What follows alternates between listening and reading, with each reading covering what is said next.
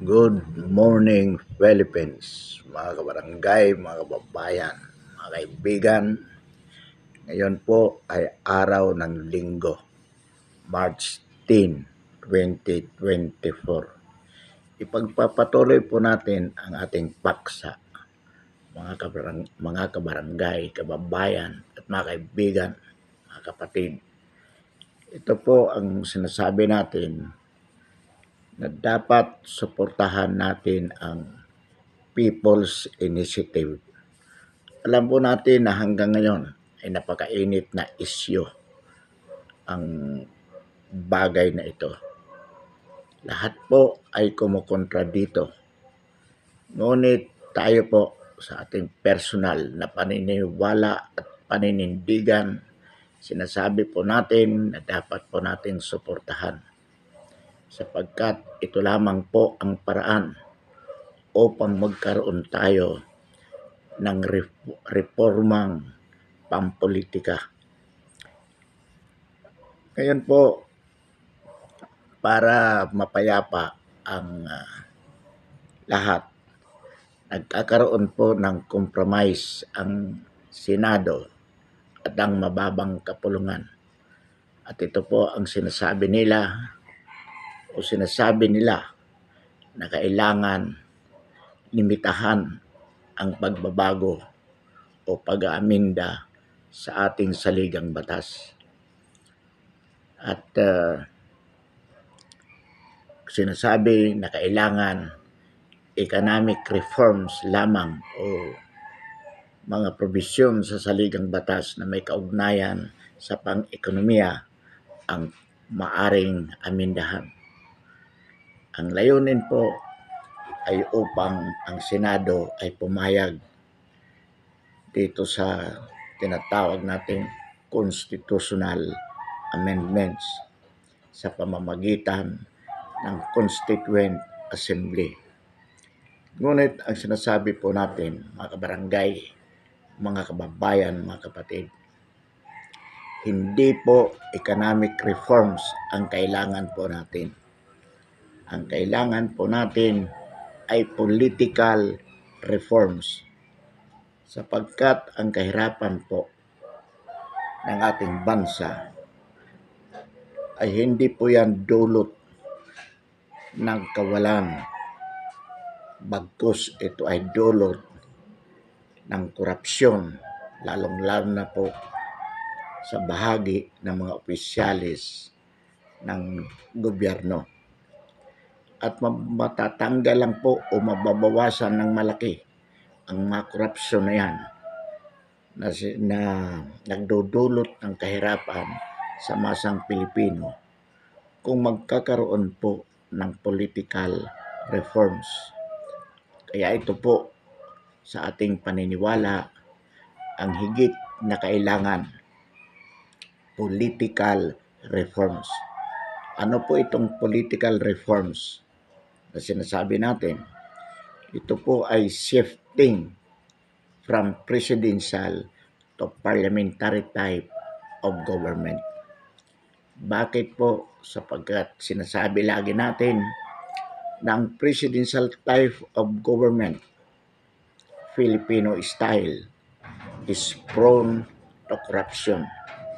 Kaya hanggat hindi po ito napapalitan, hindi po matatanggal ang korupsyon. At hanggat hindi natatanggal ang korupsyon sa ating politika, mananatili po na mahirap ang mga Pilipino. Isa pong pruweba kung bakit nasasabi natin na kailangan nating magkaroon ng shifting from presidential to parliamentary type. Pinakamalaking pruweba po dyan, paulit-ulit natin sinasabi, na simula po noong 1935 Philippine Constitution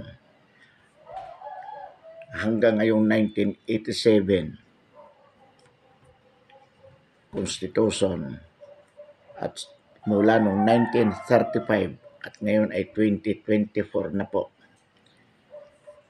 Sinasabi nga natin about 89 years na tayo ay presidential form of government. Pero lalo pong naghihirap ang masang Pilipino. Katunayan po yan na hanggat hindi natin binabago ang ating uri ng political structure ng bansa, hindi po makakamit ang anumang kasaganaan na ating hinahangad. Bakit po mga kabarangay, mga kababayan, mas angkop sa mga Pinoy ang parliamentary type of government?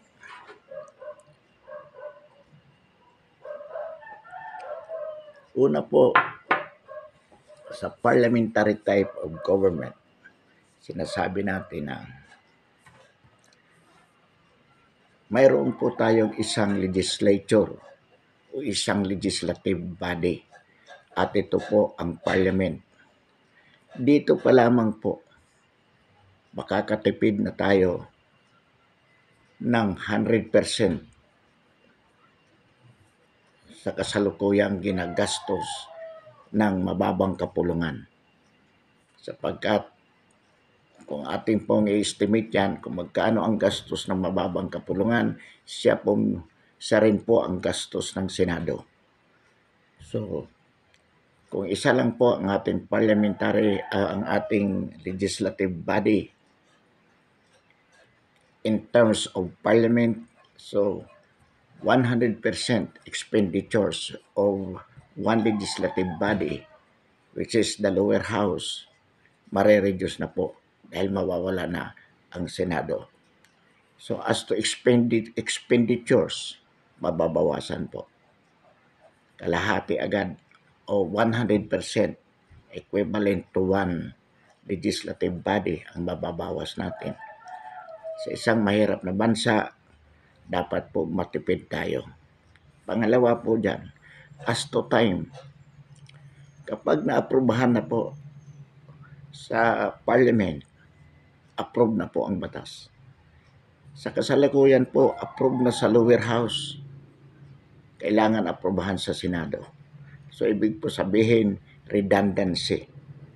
As to money, as to time, nagdudubli po. Effort. So, doon pa lamang po, ay malaki na ang nasisave ng bansang Pilipinas. Doon pa lamang. Pangalawa po dyan, pagdating po sa sinasabi nating korupsyon, sa kasalukuyang sistema, ang isang pangulo po para manalo ay nang mangungumpanya po sa loob sa buong bansa. Kukumpanyahin po niya. So, kailangan niya ang national organization upang matiyak ang kanyang panalo. Kailangan niya ng malaking pera upang matiyak ang kanyang panalo. So, dahil kailangan niya ang pera, mananalangin po siya sa lahat ng lords. Landlords, gambling lords, drug lords, business lords. Lahat po yan, pagdadasalan niya. Ano po ang kapalit? Kapag nanalo po siya, i-compromise po niya ang kanyang position sapagkat marami siyang pinagkautangan ng loob.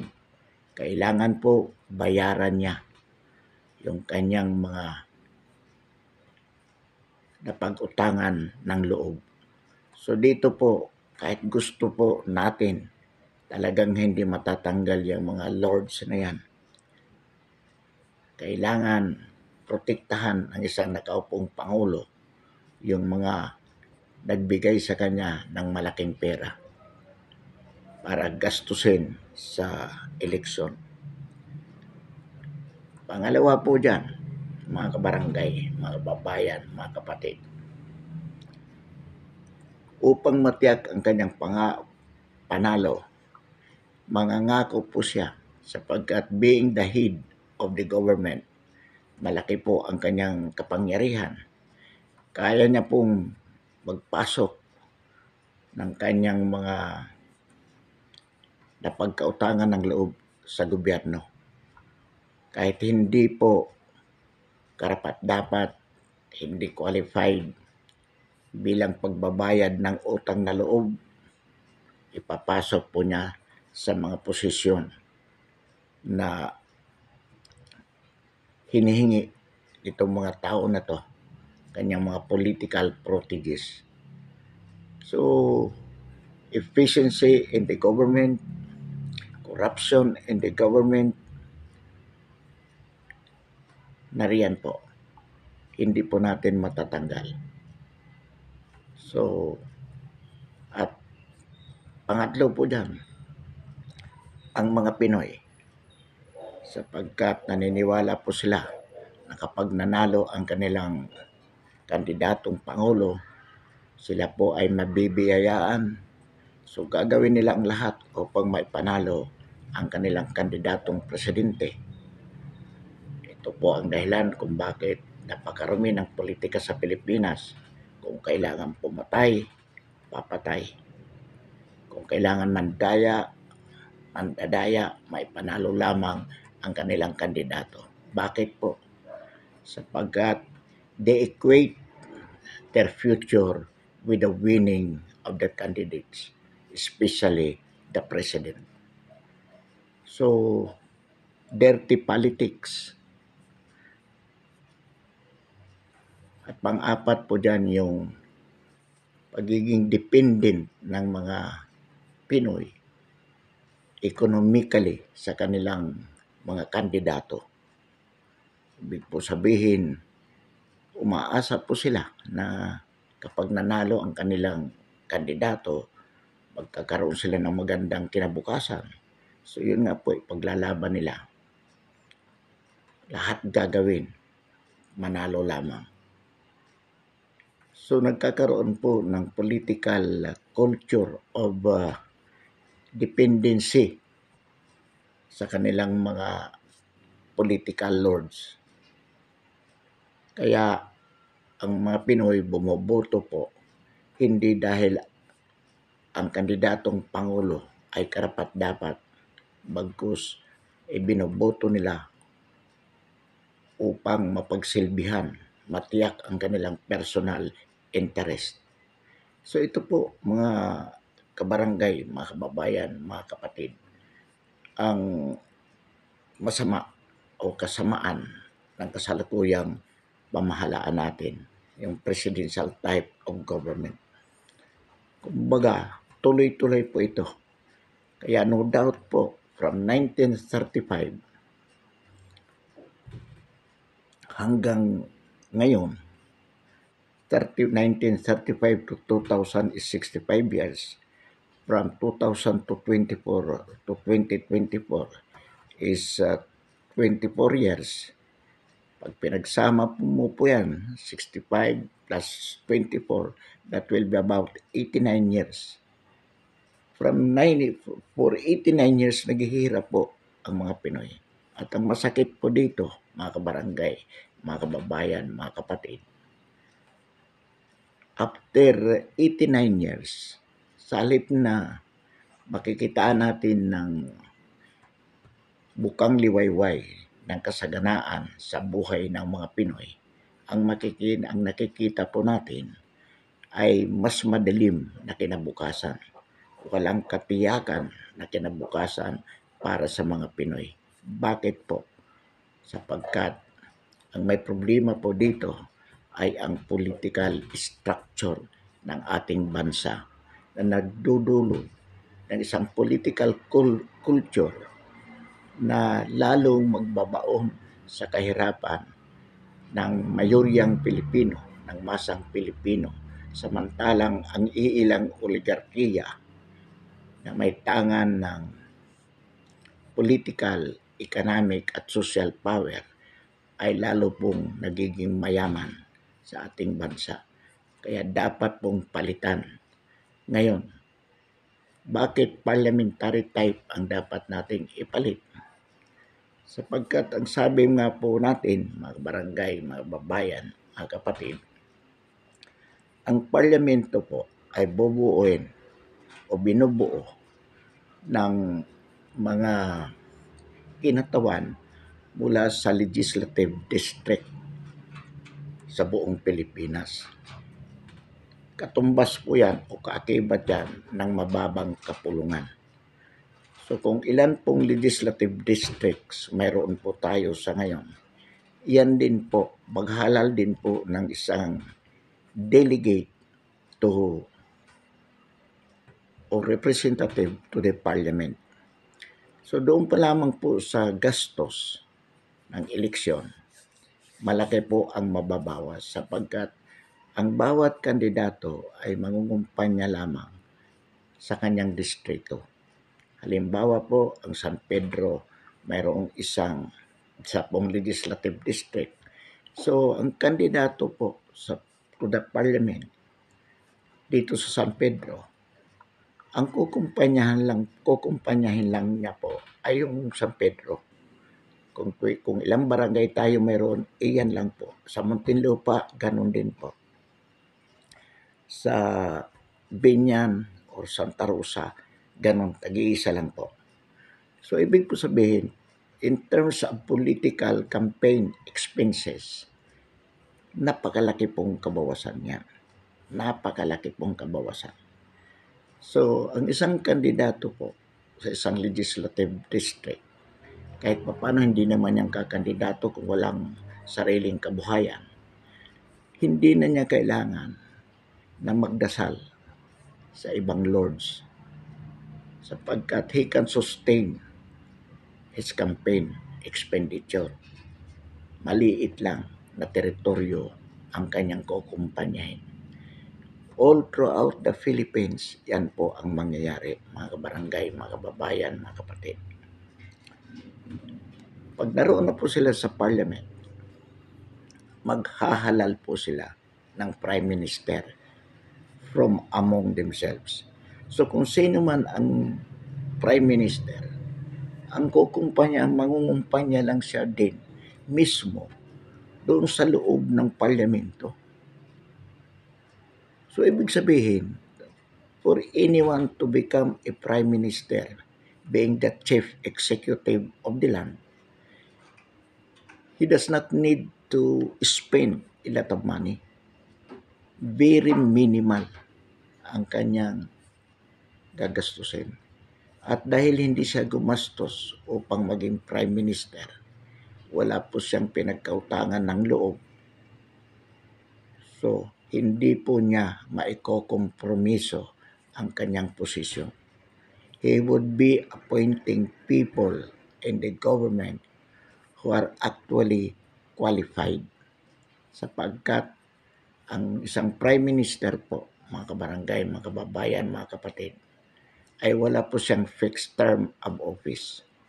Anytime na hindi po masatisfied ang parliament, the majority of the parliament is not satisfied of his performance as prime minister, being the chief executive of the land, tatanggalin po siya by just electing another prime minister.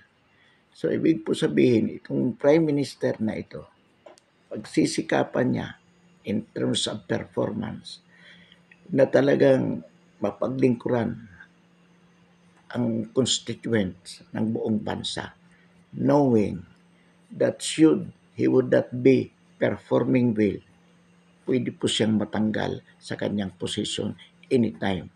We do not need to wait for 6 years bago siya mapalitan.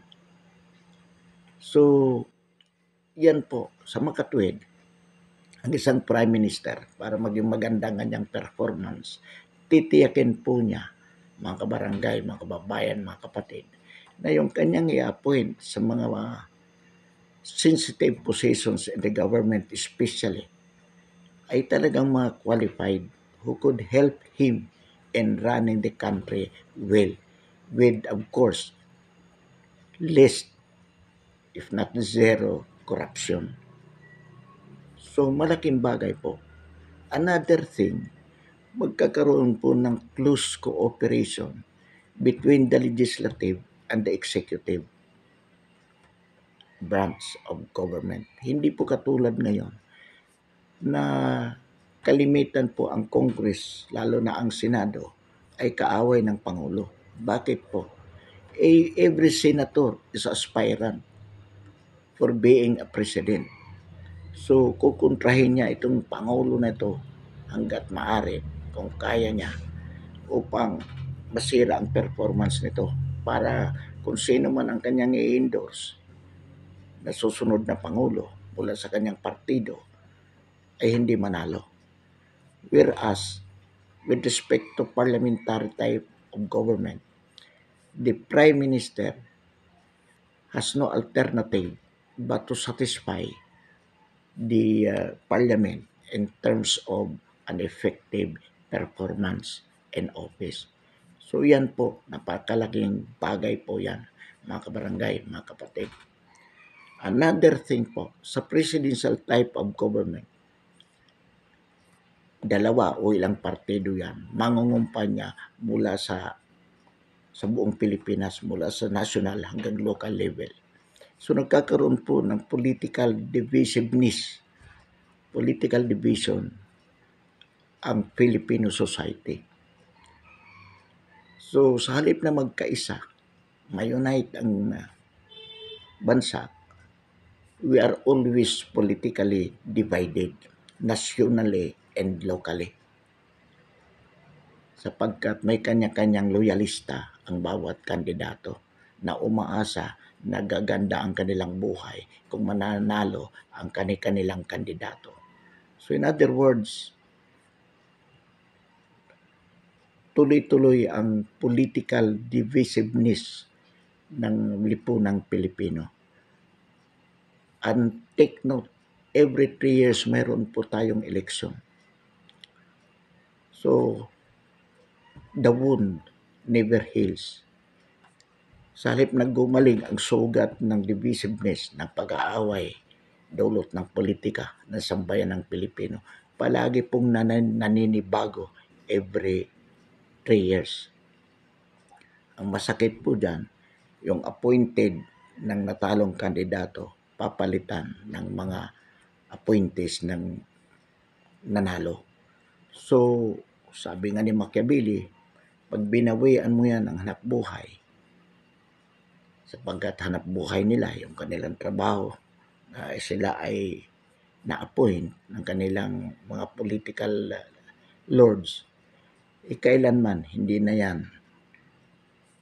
Kumbaga, habang buhay na galit yan sa'yo, habang naghihirap yan dahil walang trabaho.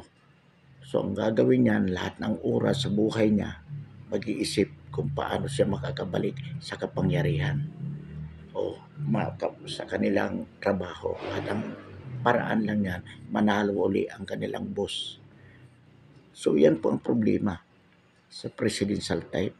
Samantalang po sa parliament, wala pong ganun, mga kabarangay, mga kapatid. Sapagkat ang iboboto nila, lawmakers, hindi po executive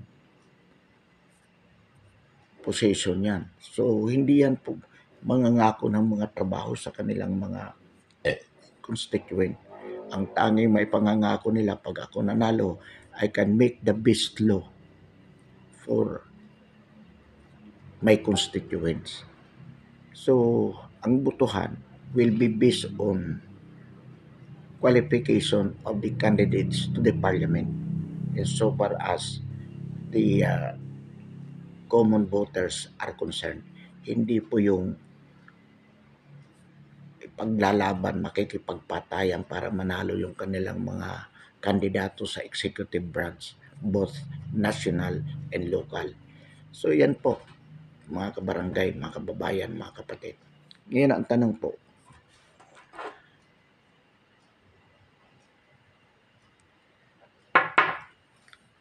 hindi po ba undemocratic ang parliamentary type? Simply because we do not directly vote for the Prime Minister who is the chief executive of the land. Ito po ang common objection sa parliamentary type. Undemocratic daw sapagkat yun nga, hindi tayo bumuboto sa prime minister. Hindi katulad sa presidential type na tayo mismo ang bumuboto sa ating Pangulo. Well, dati po, yun din ang paniniwala natin. Yun po ang paniniwala natin that if we do not vote directly for the president, it is undemocratic, politically speaking. Pero maliwanag pong halimbawa dito ang United States of America. Insofar as Western democracy is concerned, the US is the model. Nevertheless, the American people do not directly vote for their president. Sa Amerika po, ang ibinuboto ng mga American people during presidential election ay yung mga delegates sa presidential college. Every state, depende sa number of population, they are electing during the primary election delegates to the presidential college. At itong presidential college, itong mga delegado na ito, ang boboto ng presidente. So in other words, American people are not directly voting their president. Yet, the US, the USA, the United States of America, is the Western model of democracy na siya pong sinusunod natin. Ang atin pong sistema is American system. Ito nga ang nakapagtataka o maybe sinadya ng mga Amerikano para tayo ay manatiling mahirap at tuloy-tuloy na kanilang maging alipin. Bakit po? Alam naman natin na itong ating style, minana natin sa Amerika. Presidential type, American type of democracy. Pero bakit sa ating Constitution, sa 1935 Constitution, na ginaya ng 1971 Constitution o 1973 Constitution at 1987 Constitution, substantially, ang 1935 Constitution po ang framework natin, political framework. Bakit hindi ginaya ang Presidential College? Bakit hindi yan inadapt sa Pilipinas? Bakit hinayaan na sa saligang batas ang masa mismo ang bumoto ng ating Pangulo? What is the evil? Ano po ang kasamaan dito? Ang number one po, mga kabarangay, mga kababayan, mga kapatid, dahil ang masang Pilipino dulot ng sobrang kahirapan, nagbibinta po ng boto. Una po yan. Kumbaga, ang kanilang sagradong boto, pwede na lang ipagpalit ng isang araw, isang linggong pagkain. Basta mabili, basta bigyan ng pera, ay boboto, regardless kung qualified o hindi ang kandidato. So in other words, hindi nakakapag-isip ng mabuti ang mga botante dulot ng kahirapan. At ito ang sinasamantala ng mga oligarchs na yan. Yung pagdating ng eleksyon, dapat marami silang pera na pambili ng boto. Pag nakaupo na, babawiin ang anumang ginastos nila sa eleksyon. Paikot-ikot na lamang po. So, kaya mula noon hanggang ngayon at sa darating na panahon, hindi po magkakaroon ng pagbabago sa Pilipinas kung hindi po magkakaroon ng meaningful political reforms. Yan po, that is the evil of the presidential type of government. Sa isang bansang napakahirap, yung too much democracy,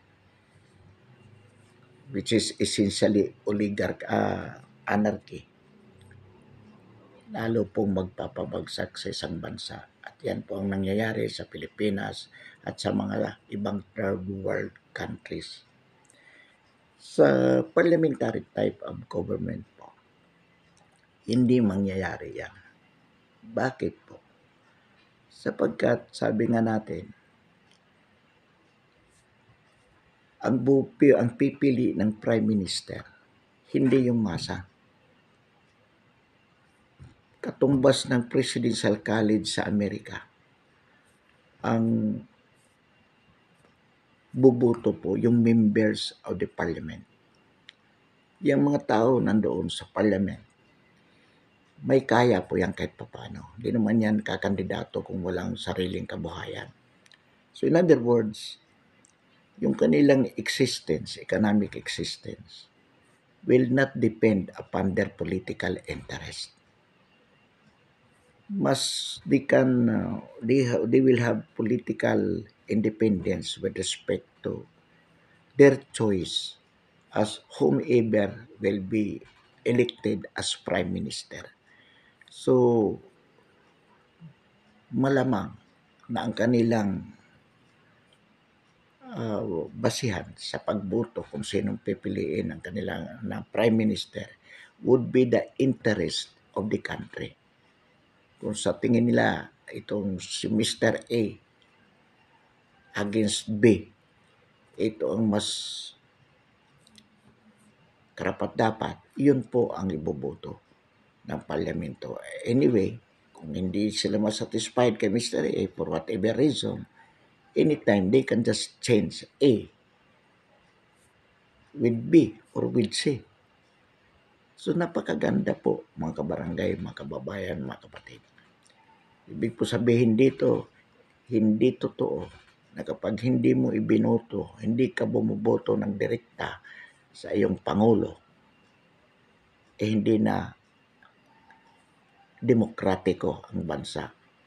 Napakalaki pong halimbawa dito, maliwanag, ay ang Amerika mismo na siyang model ng Western democracy. Hindi po sila direktang bumuboto ng kanilang Pangulo. Sasabihin natin, bakit yung mga delegate na yan, binoto natin, kaya iboboto din nila kung sinong gusto nating presidente. Well, most likely, but not always. Ang magandang example po dito, mga kabarangay, mga kababayan, mga kapatid, mismo sa Amerika din. Noong panahon na kumandidato si Trump, yung una niyang kalaban, yung una niyang pagtakbo, at siya ang nanalo, ayaw po ng masang Amerikano kay Trump. Kaya akala nilang mananalo yung kalaban niya, yung babae na asawa yata ng dating presidente. Kalimutan natin ang pangalan ng babae niya. Very popular. So, majority ng nanalo as delegates to the Presidential College, supporter nung kalaban ni Trump. Kaya ang expectation nila, yun ang mananalo. Sapagkat kung ikaw kandidato sa Presidential College, sasabihin mo during the campaign, habang nangungumpanya, kapag ako nanalo, ang iboboto kong Pangulo ay si ganito, si Mr. A. So kung ikaw butanteng Amerikano, gusto mo si Mr. A, ay di yun ang iboboto mo. But then, biglang si Trump ang nanalo. Bakit? Yung mga kandidato, yung mga delegates na supporter ng kalaban ni Trump, during the election, the primary election, and they were voted by the American masses on that campaign promises of the presidential of the delegates to the presidential college, biglang nag-shift ng kanilang loyalty. Nagpunta-punta kay Trump. Kasi ito, no, si Trump, nung manalo si Pangulong Duterte noong 2016, nauna tayong magkaroon ng eleksyon, Mayo, based on the campaign na strategy ni PRRD, sinundan yon ni Trump. America for the Americans. Yun ang naging slogan siya. So yung mga delegates biglang nag-shift, binoto nila si Trump. So yung American people nagalit noon, pero wala silang magawa because Trump was voted by the majority of the delegates to the presidential college. So ang katumbas po niyan, mga kabarangay, mga kababayan, mga kapatid, itong parliament. The parliament voted directly by the people as members of parliament will be the one to choose our prime minister. So sabi nga natin, more intellectual itong mga ito compared to the masses. Siyempre, that cannot be denied. At saka more politically independent. Meaning, hindi ito basta boboto ng prime minister dahil may pinangako sa kanya na langit at lupa itong tao na to. Hindi, because he can live alone. Bago kasi magkaroon ng political development sa isang bansa, dapat ang masa, the majority, the citizenry, should be politically independent. Hindi katulad ngayon sa Pilipinas na masyadong dependent itong mga Pinoy. Ang kanilang kabuhayan inaasa sa mga politiko. So, they are not voting intelligently. They are not voting based on the national interest. They are only voting based on their personal interest. Kasi nga, nakasalala yung kanilang kabuhayan, kinabukasan doon sa politiko. Kaya nagiging masyadong corrupt, paikot-ikot ang ating sistema. So the only way to unclog these political maladies is to change the political culture by changing the political structures. Ito po yung sinasabi natin. Sa parliament, there will be political independence in our choice of the prime minister kasi ang pipili yung members of parliament, more intellectual, more economically independent compared to the masses. Kaya mga kabarangay, mga kababayan, mga kapatid, ito po ang ipinaglalaban natin. Sa mga susunod natin pong episode, magkakaroon po tayo ng survey. I-research natin kung sino o kung aling mga bansa ang prime minister, ang parliamentary type na mas maunlad compared to presidential. Itong presidential type, Filipino style, very common po ito sa third world countries. Pero yung ibang bansang maunlad katulad po ng Japan, mga prime minister na po yan, mga parliamentary type po yan. Anyway, mga kabarangay, mga kababayan, mga kapatid, ito po ang dahilan kung bakit sinasabi natin na dapat matuloy ang PI, ang People's Initiative. Bakit po? Kapag natuloy ang People's Initiative, kung saan sinasabi dito that Congress may convert itself into a constituent assembly by 3/4 votes in a joint session voting jointly. Kailangan po yung voting jointly kasi ngayon ang practice, the common interpretation is 3/4 votes by voting separately. na kung saan kailangan ang boto ng 18 senador na hindi nga nakukuha yan sapagkat ang Senado is very protective of their position. Kaya ngayon, sabi nila, o sige, payag kami ng pagbabago, economic lang, huwag pakialaman ang political aspect. Sabi nga natin, ang kailangan natin hindi yung economic reform. Actually, the Constitution, 1987 Constitution, is more protective with respect to economic aspect. Mas maganda kaysa luwagan mo yan. Ngayon, pangalaman ng mahigpit na saligang batas laban sa mga banyaga, pag niluwagan mo pa, lalo nang mabibili na ng mga banyaga ang buong bansa, lalo na yung mga nasa taas na posisyon sa ating pamahalaan ay mga korap. So, mga kabarangay, mga kababayan, mga kapatid, pansamantala, wakasan po natin ang ating talakayan ngayong umaga. Pero tuloy-tuloy po natin na ipaliliwanag, ikumpanya na dapat po itong People's Initiative being the only way to achieve political reform ay matuloy. Marami pong salamat at magandang umaga, Pilipinas.